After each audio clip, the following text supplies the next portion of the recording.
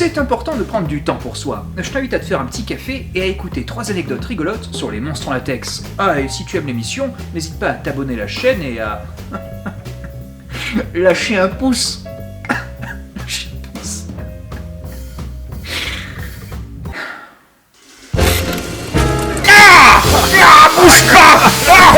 Oh!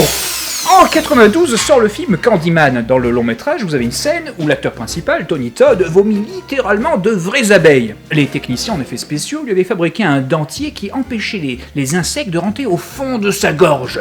Et petit bonus pour le comédien principal, il recevait un petit billet de 1000 $ pour chaque abeille qui le piquait.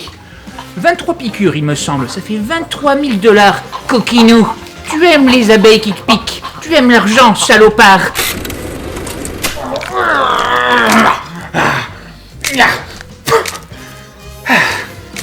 En 85 sort le film Day of the Dead. Dans le long métrage, vous avez une séquence où un pauvre soldat se fait étriper par une horde de zombies. Le maquilleur en chef, Tom Savini, a eu la bonne idée d'utiliser de véritables tripes pour cette séquence. Le problème, c'est que le frigo dans lequel les abats étaient stockés n'était pas allumé ce jour-là.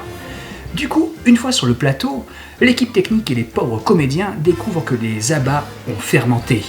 Quand les zombies vont au charbon, quand ils ouvrent le ventre, eh bien tout le monde s'aperçoit que ça pue la merde, que tout suinte, que tout a pourri. Imaginez-vous un peu l'odeur. Mais en tout cas, moi, je me serais régalé. Je vais maintenant vous parler d'un objet de torture du monde merveilleux des effets spéciaux.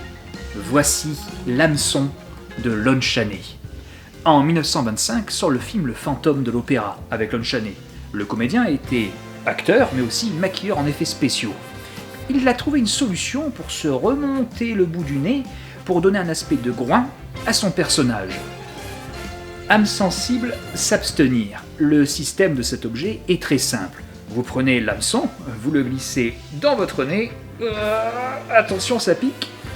La ficelle, vous la faites longer à votre nez. Le reste, on le cache sous un faux crâne. Il reste plus qu'à tirer, à tirer, à tirer.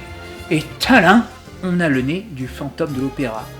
Le problème, c'est qu'au bout d'une heure, ça pisse le sang. Cet objet est considéré comme un des pires objets de torture des effets spéciaux de l'histoire du cinéma. Et ouais. Oh, merde. J'espère que ton café était bon et que tu as aimé ces quelques anecdotes sur les monstres en latex. Je te dis alors à très bientôt pour un autre café latex. Il faut vraiment être con pour se mettre un hameçon dans le nez.